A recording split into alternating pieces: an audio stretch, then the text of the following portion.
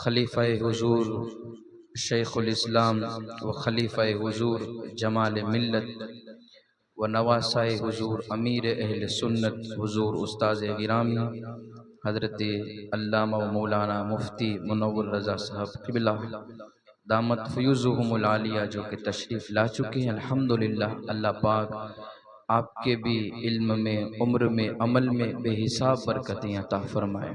हम हमारे बाहर से जितने और मेहमान तशरीफ़ लाए, हमारे इमरान भाई, हमारे अमीन भाई हैं, और हर मंथली प्रोग्राम में ज़्यादा से ज़्यादातर हिस्सा लेकर इस प्रोग्राम को कामयाब बनाने की कोशिश करते, ऐसे हमारे आरिफ भाई, हम इन सब के भी तहे दिल से शुक्रगुजार हैं। याद रखें, हुज़ूर मुफ्ती साहब क़िबला हमारे उस्ताद गिरामी मदरसे इमाम आज़म को आप पहले ही दिन से जो है इस कदर आप सपोर्ट करते हैं कि हमेशा हर वक्त जब गिखानिया मस्जिद में मदरसा चलता था, उस वक्त से लेकर आज तक हमेशा आपने मदरसे को कभी भी कैसी भी ज़रूरत पेश आई है तो अल्हम्दुलिल्लाह आपने हमेशा अपने मुफीद मशवरों से नवाजा है, अल्हम्दुलिल्लाह। और जहाँ तक मुझे याद है कि हमारा पहला ये मंथली प्रोग्राम तरबीती प्रोग्राम हुआ था और उसमें नमाज का प्रैक्टिकल तरीका जब बच्चों को सिखाया गया था तो भी मुफ्ती साहब क़िबला तशरीफ़ लाए थे। और जब भी आपको मदू किया जाता है, अल्हम्दुलिल्लाह अपना कीमती वक्त निकाल कर आप तशरीफ़ लाते हैं, हम आपके शुक्रगुजार हैं। अल्लाह पाक आपके वक्त में भी बरकतें अता फ़रमाए और नज़र बस से महफूज फ़रमाए। आज का हमारा प्रोग्राम जश्न फ़ारूक आज़म और जश्न उस्मान गनी की निस्बत से अल्लाह पाक इनके फ़यूज़ व बरक़ात से हम तमाम को माला माल फ़रमाए। आइए बिला ताख़ीर हम और आप सब मिलकर हुज़ूर मुफ्ती साहब क़िबला का इस्तक़बाल नारे तकबीर और रिसालत से करें। नारे तकबीर, नारे रिसालत, नारे हैदरी, मसलके आला हज़रत, उलमाए अहले सुन्नत, फैज़ान इमाम आज़म, नारे तकबीर, नारे रिसालत।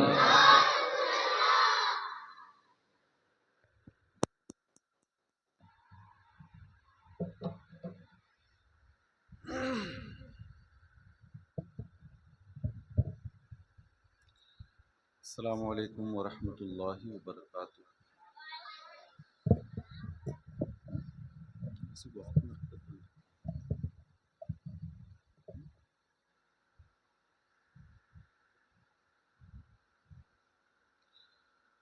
अल्हम्दुलिल्लाह, अल्हम्दुलिल्लाहि वकफ़ा वसलामुन अला इबादिहिल्लज़ीना इस्तफ़ा, अम्मा बाद। फ़अऊज़ु बिल्लाहि मिनश शैतानिर रजीम, बिस्मिल्लाहिर रहमानिर रहीम। वला तुल्क़ू बिअयदीकुम इलत तहलुका, सदक़ल्लाहु मौलानल अज़ीम। इंतहाई अक़ीदत व एहतराम के साथ अपने और सारी कायनात के मरकज़ अक़ीदत, कौनैन की ज़ीनत, हुज़ूर ताजदारे अंबिया मुहम्मदुर रसूलुल्लाह अरवाहुना फ़िदा सल्लल्लाहु तआला अलैहि व आलिहि वसल्लम की बारगाह बेकस पनाह में अक़ीदत व मोहब्बत के साथ झूम झूम कर बावाज़ बुलंद दुरूद पाक का नजराना पेश करें। अल्लाहुम्मा सल्लि अला सय्यिदिना व नबिय्यिना मौलाना मुहम्मद व अला आलि सय्यिदिना मौलाना मुहम्मद व अस्हाबिही व बारिक व सल्लिम। सलातों व सलामन अलैका या हबीबी या सय्यदी या रसूल अल्लाह सल्लल्लाहु तआला अलैहि वसल्लम।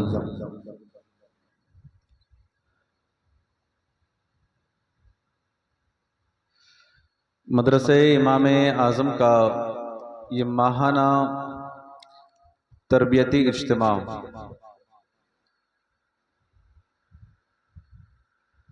जिसमें मुख्तलिफ उलमाए किराम और दाइयाने दीन को बुलाकर आपकी तरबियत का एहतमाम किया जाता है।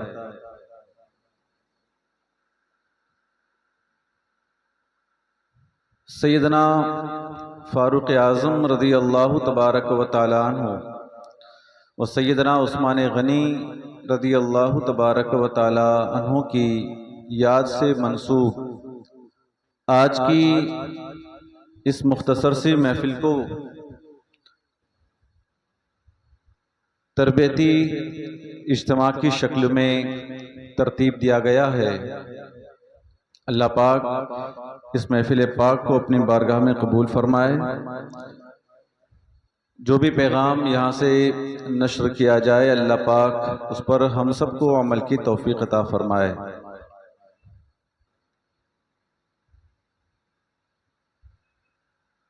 अल्लाह पाक ने कुरान मजीद फुरकान हमीद सूरह बकरा के अंदर इरशाद फरमाया, आयत पाक का एक जुज एक हिस्सा मैंने तिलावत किया है। अपनी जानों को अपने हाथ से हिलाक ना करो। इंसान की जिंदगी में सबसे ज्यादा अगर कोई कीमती शय है तो वो उसकी खुद की अपनी जान है। अपनी जान की हिफाजत के लिए इंसान कुछ भी कर सकता है। अगर इंसान सख्त मोजी मर्ज के अंदर में गिरफ्तार हो जाए, कोरोना के ज़माने में आपने देखा होगा लोगों ने अपनी तिजोरियां खोल दी थी अपने इलाज के लिए, चाहे कितना भी खर्च हो जाए मेरा बेटा बच जाए, चाहे कितना भी खर्च हो जाए मुझे कुछ ना हो, मैं महफूज रह जाऊं, मेरी जिंदगी बच जाए। लोगों ने अपनी तिजोरियां खोल दी थी। डॉक्टरों ने पैकेजेस निकाले थे, फला इलाज आपको करना है, इतने दिन का इतना रुपया खर्च होगा। बिला चूं चरा लोग खर्च करने के लिए तैयार थे। मुझे कुछ ना हो, मेरी जान को किसी तरह का कोई खतरा ना हो, मैं बीमार ना हूं, बीमार हुआ हूं तो जल्दी सेहतयाब हो जाऊं, मरूं नहीं।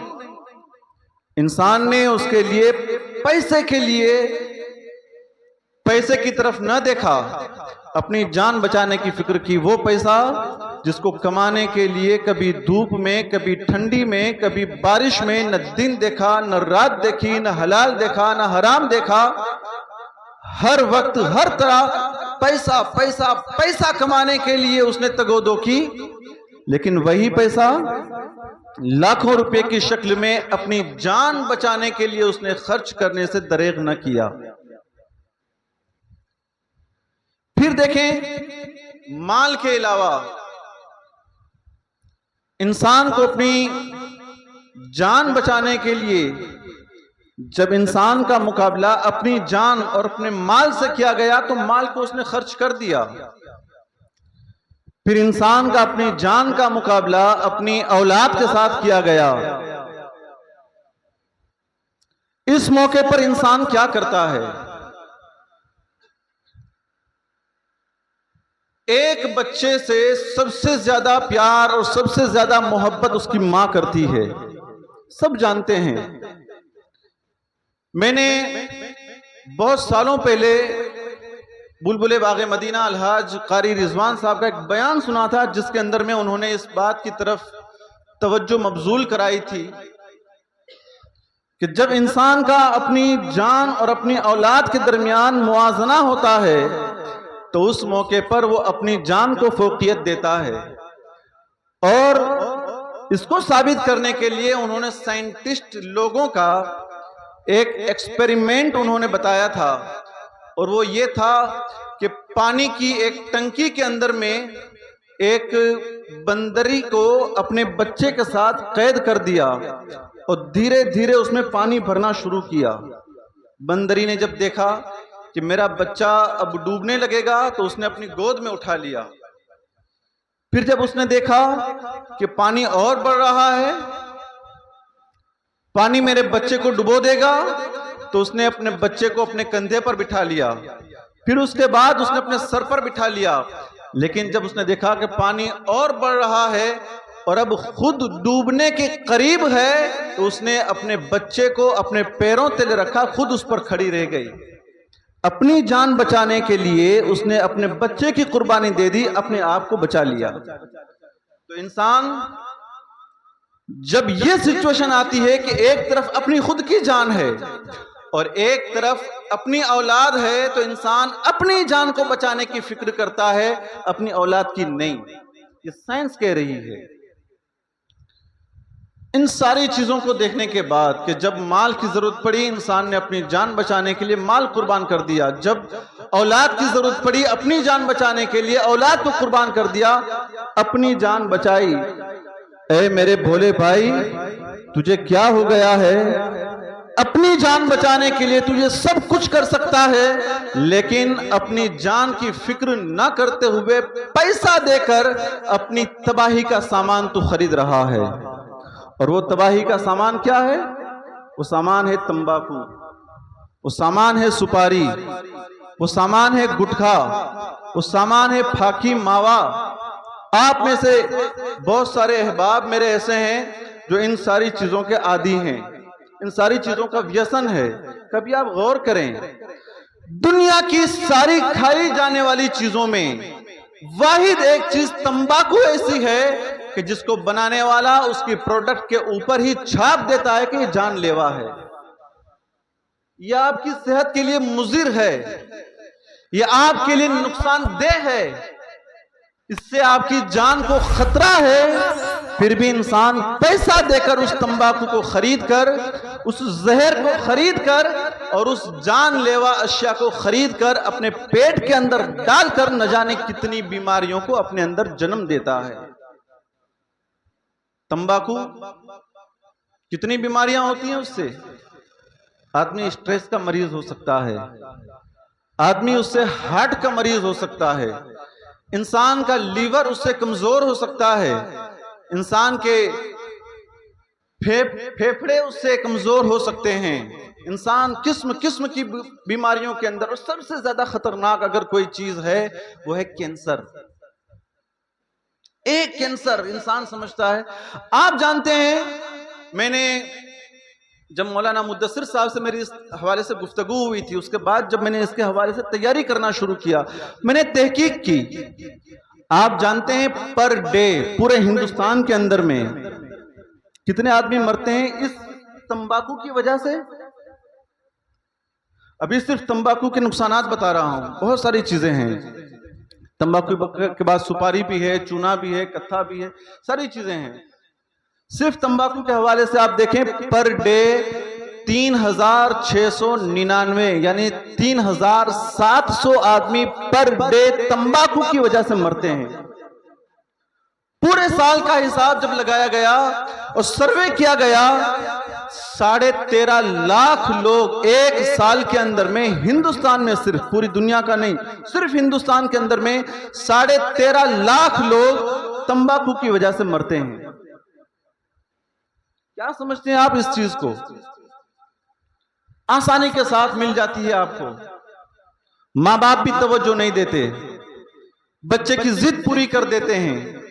कभी कभी दोस्त अहबाब ऐसे बिगड़े हुए मिल जाते हैं कि जिनकी वजह से इंसान उसका आदी हो जाता है। और कभी कभी घर का माहौल ऐसा होता है कि इंसान अपने माँ बाप को या घर के बड़े बूढ़ों को देखकर इस आदत का आदी हो जाता है और फिर यह आदत जानलेवा हो सकती है। कैंसर के मरीजों को आप देखें, कभी इसको देखने के लिए, इसका अंदाजा लगाने के लिए बीमारी कितनी खतरनाक है, इसका अंदाजा लगाने के लिए राजकोट कैंसर हॉस्पिटल का एक चक्कर लगाइए आप, खाली देखने के लिए। जब उस कैंसर हॉस्पिटल के अंदर आप चक्कर लगाएंगे और देख लेंगे एक मर्तबा, उसके बाद फिर कभी जिंदगी भर आप तंबाकू की तरफ हाथ नहीं बढ़ाएंगे। किसी का होठ कटा हुआ है, किसी का जबड़ा कटा हुआ है, किसी का तालू निकाला गया है, किसी के दांत निकाले गए हैं, किसी का पूरा मसोड़ा निकाला गया है, किसी को पेट का कैंसर है, किसी को खून का कैंसर है। लोग क्या कहते हैं, खाने वाले अक्सर ये कह देते हैं, बिल्कुल आम ये जुमला है, अरे भाई क्या होगा, ज्यादा से ज्यादा मर जाएंगे और एक दिन मरना ही है। मेरे भाई यकीनन एक दिन मरना है, लेकिन कैंसर की मौत मरना, पथारी के अंदर में, बेड के अंदर में अपने कदमों को रगड़ रगड़ कर मरना, उस बीमारी के अंदर में लाचार और मजबूर होकर मरना, उस बीमारी के अंदर में अपनी और अपने घर वालों की कैफियत और पोजीशन को देखते हुए, आप जानते हैं बीमारी और इसका इलाज कितना मुश्किल है। ये बीमारी इतनी खतरनाक है कि इसका इलाज कराते कराते लोगों के लाखों रुपए खर्च हो जाते हैं। पहले खाते खाते उसको आप कभी हिसाब लगाइए आप कितने रुपए का खाते हैं। आज ही मैंने एक शख्स जिसकी गुटखा खाने की आदत है, उससे मैंने पूछा, एक गुटखा रजनीगंधा कितने रुपए की आती है? बोला एक कुड़ी की उसकी 10 रुपए की आती है। मैंने पूछा उसमें कितना ग्राम होता है रजनीगंधा? बोला 2 ग्राम। 2 ग्राम रजनीगंधा 10 रुपए की पुड़ी की। जो माँ बाप या जो बच्चे इसको खाकर थूक देते हैं, कभी उसका हिसाब लगाया आपने? 2 ग्राम 10 रुपए की है। आप सोचें 20 ग्राम का कितना हुआ? 100 रुपया। 2 ग्राम का 10 रुपया, 20 ग्राम का 100 रुपया, 40 ग्राम का 200 रुपया और 100 ग्राम का 500 रुपया। 100 ग्राम का 500 रुपया तो 1 किलो का कितना हुआ? 5000 रुपए की रजनीगंधा 1 किलो। और उसी माँ बाप के बच्चे जब पढ़ाई में कमजोर होते हैं, असातिज़ा के पास आते हैं, असातिज़ा बहुत सारे मशवरों के साथ साथ जब ये एक मशवरा देते हैं कि आप अपने बच्चों को अखरोट खिलाइए, काजू खिलाइए, बादाम खिलाइए, जहन को ताकत देने वाली गिजा खिलाइए, तो कहते हैं हजरत गरीबी है, पोसाता नहीं है। 5000 रुपए की रजनीगंधा पोसाती है, 600, 700, 800 रुपए की आपको बादाम या अखरोट पोसाता नहीं अपने बच्चे की फ्यूचर के लिए। ये अपनी जहनियत को बदलें। महंगा काजू नहीं है, महंगी बादाम नहीं है, महंगा अखरोट नहीं है, महंगा है तो गुटखा महंगी है। एक फाकी जो लोग लेते हैं, मैंने लोगों से पूछा कितने की आती है, बताया 18 रुपए की एक फाकी, 15, 18 या 20 रुपए की, एवरेज 18 रुपया आप लीजिए। और अगर एक दिन में एक शख्स 5 फाकी खाता है तो कितने रुपए हुए जी? 90 या 100 रुपए। 20 रुपए की अगर आप एक फाकी गिनिए तो 100 रुपए हुए, और 18 रुपए की है तो 90 रुपए रोज के पर डे एक आदमी 90 रुपए की फाकी खा जाता है और चबाकर उसको थूक देता है। कोई फायदा नहीं, इलावा नुकसान के उससे कोई फायदा नहीं, 1 रुपए का फायदा नहीं आपका। और फिर ये खर्चा एक दिन का 90 या 100 रुपए की फाकी, तो 1 महीने के 3000 रुपए की फाकी आप खाकर थूक देते हैं। और उसी बच्चे का मदरसे के अंदर में आपको फीस भरना है तो आप सेठिया को तलाश करते हैं कि कोई है जो फीस भर दे। स्कूल के अंदर फीस भरना है, बच्चे की लेसन लेना है, ट्यूशन की फीस भरना है, गाड़ी का किराया देना है, आप सेठियों को तलाश करते हैं। 1 महीना का 3000 तो आप चबाकर थूक देते हैं। रजनीगंधा खाते हैं, 1 महीने की 5000 रुपए की रजनीगंधा खाकर आप थूक देते हैं और फिर शिकायत करते हैं हम गरीब हैं। आप गरीब नहीं हैं, आपकी सोच गलत है। अगर उस पैसे को आपने जमा किया होता, तो 5000 रुपया आप थूक कर फेंक देते हैं। 1 साल अगर आप उस रुपये को जमा करते हैं ना, अल्लाह के रसूल के दयार की हाजिरी आपको नसीब हो जाती।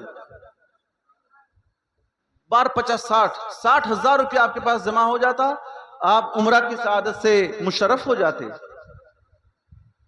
सोच आपकी गलत है। और फिर उसके बाद उसके नुकसानात देखें आप, कहीं पर भी थूक दिया आपने, बहुत सारे अहबाब ऐसे भी देखे गए जो हरमैन की हाजिरी के मौके पर भी इस आदत से इतने मजबूर थे कि इसको तर्क नहीं कर सके। हरम मक्का हो चाहे हरम मदीना हो, मुंह से बदबू आ रही तंबाकू की, बीड़ी की, सिगरेट की, और हरम में हाजिरी भी दे रहे हैं। आप जानते हैं नमाज के लिए मस्जिद में जब इंसान जाता है ना, तो उसको शरीयत का यह हुक्म है कि कच्ची प्याज खाकर न जाए। अगर कच्ची प्याज खाई, मूली खाई, तो मिसवाक करके, दांत साफ करके, उस बदबू को जाइल करके, उसको खत्म करके मस्जिद के अंदर जाए। क्यों? फरिश्तों को उस बू से तकलीफ होती है। प्याज की बू जो जायज चीज है, खाना जायज है प्याज, लेकिन उसकी बू से फरिश्तों को तकलीफ होती है। गुटखा अगर दूसरे एंगल से देखा भी जाए, और कुछ अरब ममालिक के उलमा ने तो इसको हराम भी कहा है तंबाकू को, हम उतनी ज्यादा शिद्दत न भी इख्तियार करें, मकरूह तक रखें उसको, तो एक मकरूह चीज खाकर आप हरम के अंदर जा रहे हैं। इसकी वजह से दूसरा नुकसान यह है कि बहुत सारे अहबाब ऐसे देखे गए जो माह रमजान का रोजा नहीं रखते हैं। हजरत क्या करे, व्यसन है, आदत नहीं छूटती है। बीड़ी की आदत है, तंबाकू की आदत है, सिगरेट की आदत है, पान फाकी मावे के बगैर चलता नहीं। कैसे रोजा रखें? रोजे जैसी अहम इबादत से आप महरूम उस चीज की वजह से हो रहे हैं जो चीज आपकी दीन और आपकी दुनिया दोनों को तबाह कर रही है। उसके अलावा आप देखें, तंबाकू के अलावा सुपारी है। सुपारी, जो चीजें मैं बता रहा हूं फैक्ट हैं, आप खुद उसका तजर्बा कर सकते हैं। इस दौर में आपने मुआयना किया होगा, सुपारी के कुछ फायदे भी हैं। पूरी सुपारी कभी कभार खाने से नुकसानदेह नहीं है, लेकिन उसकी आदत कर देने से नुकसान है, ज्यादा उसका इस्तेमाल करने से नुकसान है। तो नुकसान क्या है? आजकल आप मस्जिदों में देखते हैं अक्सर कुर्सियां लगी हैं नमाजियों के लिए। आज से 25-30 साल पहले, 50 साल पहले इतना कुर्सियों का एहतमाम, इतना क्या था ही नहीं कुर्सियों का एहतमाम। क्यों? वजह क्या है?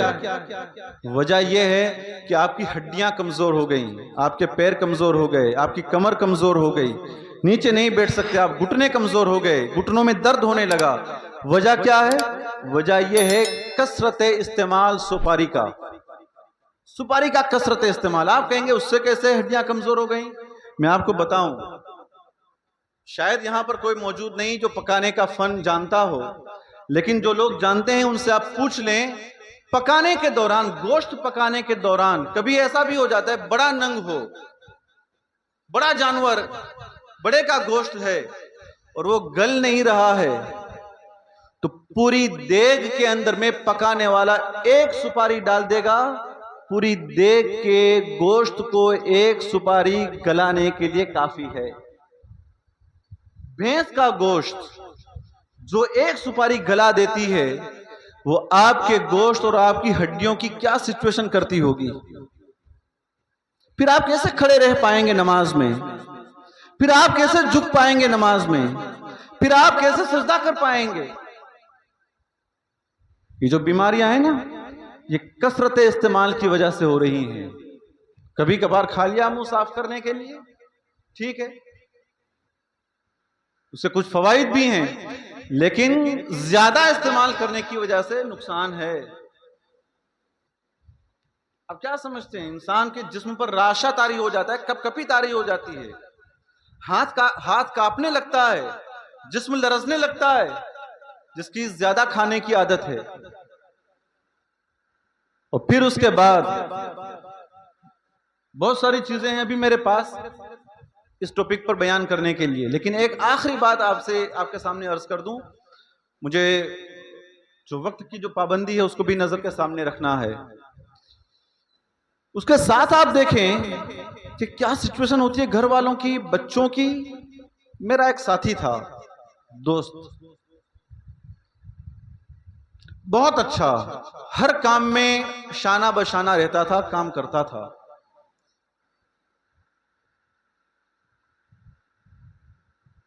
शाबान की 2 तारीख, एक मेरा ऐसा साथी जो उसका भी दोस्त था, मेरा भी था, उसने आकर के मुझे कहा कि हजरत वो आपका जो दोस्त है ना उसकी तबीयत खराब है और उसने बहुत टेंशन ले लिया, आप जरा चलिए उसके घर पर, उससे जरा बात कीजिए आप। पहला मौका था उसकी तबीयत खराब होने का।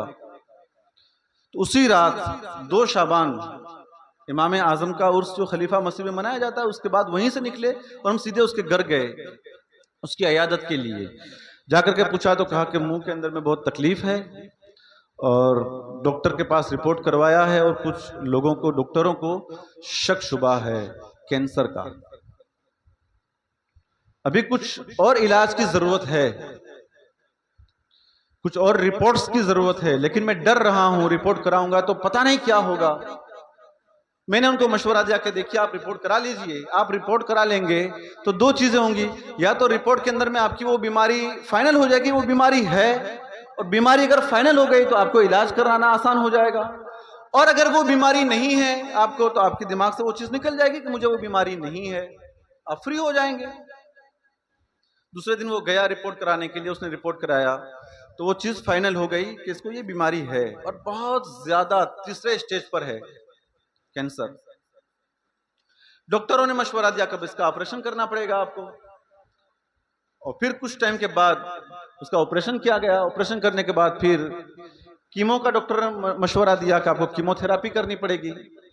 कीमोथेरापी की गई। उसके बाद, यानी इस पूरी प्रोसीजर में, बहुत मुख्तसर में आपको बता रहा हूं, इस पूरी प्रोसीजर के बाद, आप जानते हैं ये प्रोसीजर इतनी आसानी से नहीं होती है, लाखों रुपया उसका खर्च हुआ है। लाखों रुपया खर्च करने के बाद भी वो इंसान बच नहीं सका और 11वीं शरीफ के महीने में उसका इंतकाल हो गया। जवान था, 40-45 के दरमियान उसकी उम्र थी। बात यहां पर खत्म नहीं हुई। 11वीं शरीफ के महीने में उसका इंतकाल हुआ और फिर उसके बाद रमजान शरीफ का महीना आया और रमजान शरीफ के बाद ईद का दिन आया। उस आदमी का जब 40-45 साल का था तो उसका एक छोटा बच्चा था, तकरीबन 7 या 8 साल का। वो छोटा बच्चा ईद की अगली रात को, जिस दिन चांद नजर आया था, उस रात को अपनी मां से कहता है, मां चलना कब्रिस्तान, जाकर बाबा को कब्र से निकालते हैं, मुझे कल ईदगाह कौन ले जाएगा। जाती तजुर्बा है मेरा, मुझे कल ईदगाह कौन ले जाएगा, चलना मां कब्रिस्तान, जाकर बाबा को निकाल आते हैं कब्र से। आप सोचिए, अगर ये गलत आदतें आपके अंदर हैं या आपके किसी और साथी के अंदर हैं, किसी रिश्तेदार के अंदर हैं, उनको समझाने की कोशिश कीजिए। ये समझाना, उनकी जान बचाना, उनकी जान की हिफाजत करना, अपनी जान की हिफाजत करना सबसे बड़ी इबादत मैं समझता हूं। एक मुसलमान के लिए दूसरे मुसलमान की जान बचाना है। एहसास कीजिए आप, आपका कितना रुपया जाय हो रहा है, आपकी जिंदगी बर्बादी की तरफ जा रही है, आप तबाही की तरफ जा रहे हैं, आप तबाही के दलदल में फंसते जा रहे हैं, और सिर्फ आप नहीं, आप अपने साथियों को भी फंसाएंगे। ये आदतें बहुत बुरी होती हैं और ये सारी चीजें, चाहे तंबाकू, गुटखा, पान, फाकी, मावा, इब्तिदाई है, पहले स्टेज की हैं। उनसे आगे आप बढ़ें तो फिर चरस है, अफीन है, गांजा है, शराब है, अल्कोहल है। अभी हमारे मुल्क ने एंटी ड्रग्स डे मनाया 2 दिन पहले। हमारे इस्लाम ने तो हमको 1400 साल पहले एंटी ड्रग्स बना दिया है। हुजूर की तालीमात से हम दूर चले गए, इसलिए आज ये परेशानियां हैं। और एक सोची समझी प्लानिंग के तहत हमारे अंदर ये सारी चीजें करवाई जा रही हैं और आंख आड़ा कान किया जा रहा है। क्यों? हमारी नौजवान जनरेशन को तबाह करने के लिए। आप देखें, आप सर्वे कीजिए, कभी धोराजी का, ज्यादा दूर जाने की जरूरत नहीं, धोराजी का आप सर्वे कीजिए और इलाकों में जाइए, पान, फाकी, मावा, गुटखा की कितनी दुकानें हैं। और मुस्लिम इलाकों में जाकर के आप देखें, एक एक साथ 3-3 दुकानें आपको, 4-4 दुकानें आपको मिलेंगी। क्या कर रहे हैं आप, किस तरफ जा रहे हैं आप? हम उस कौम से मुखातिब हैं जो कौम सुपारी को सस्ता समझती है और काजू, बादाम, अखरोट को महंगा समझती है। मैंने आज गूगल पर सर्च किया, सुपारी का भाव भी 400 से 600 रुपये है। अच्छा, आप क्या समझते हैं, गुटखा जो बनाई जाती है फ्रेश सुपारी से बनाई जाती है? कभी उसकी प्रोसेसिंग भी आप देखें। मुझसे ज्यादा तो आप लोग इस्तेमाल करते होंगे सोशल मीडिया। कभी सोशल मीडिया का इस एंगल से आप इस्तेमाल करें, सर्च करें, देखें आप, आपके लिए फायदे की चीज कौन सी है, आपकी जिंदगी के लिए नुकसान की चीज कौन सी है। आप सर्च करेंगे, आप देखेंगे तो आप हैरान रह जाएंगे कैसी कैसी घटिया चीजें इसके अंदर इस्तेमाल की जाती हैं। हमारे उस्ताद, हुजूर उस्तादुल उलमा, अक्सर हम लोगों को मदरसे में जब नसीहत करते थे तलबा को, तो फरमाते थे कि गुटखा के अंदर में जो कलर इस्तेमाल किया जाता है कितना पक्का कलर होता है, अगर दीवार पर कोई थूक दे तो उसको जल्दी आसानी के साथ साफ नहीं किया जा सकता। उस गुटखा को खाकर आप अपने फेफड़ों को, अपनी आंतों को और अपने पेट को कितना रंगीन कर रहे हैं। वो कलर कितना खतरनाक है। आप खुद देखें, जहां पर थूका हुआ हो लोगों ने, गुटखा खाकर जहां थूका है उस जगह को आप जल्दी आसानी के साथ साफ करके दिखा दीजिए। हमारा तजर्बा है, हमने किया है, नहीं होती इतनी आसानी के साथ वो जगह साफ। तो जब लादी और टाइल्स साफ नहीं हो सकती है, आपका पेट कैसे साफ होगा उस कलर से? और वो कलर कितना खतरनाक होगा जो उस गुटखा के अंदर में डाला जाता है। पान आप जो खाते हैं, उस पान के अंदर में जो कत्था इस्तेमाल होता है वो क्या है? कभी आप सर्च करें, देखें आप।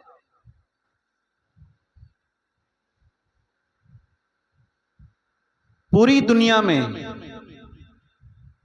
तंबाकू इस्तेमाल करने में हिंदुस्तान का दूसरा नंबर है। और ये तो आगे मैंने सर्च नहीं किया, लेकिन मेरा विजदान ये कहता है कि इस पूरे हिंदुस्तान में अगर इस्तेमाल करने वालों की तादाद ज्यादा किस कौम में वो देखी जाए तो उसमें मुसलमान पहला नंबर पर आएंगे। आप तबाह किए जा रहे हैं, आप बर्बाद किए जा रहे हैं। आपके ऊपर कोई रोक लगाने वाला नहीं, कोई लगाम देने वाला नहीं, आपको कोई रोकने वाला नहीं। जिस तरफ आप जाना चाहें आप जा रहे हैं। इस पुरफितन दौर और माहौल के अंदर में अगर आप अपने आप को नहीं संभालेंगे, आपका कोई खैर खा नहीं जो आपको संभाले।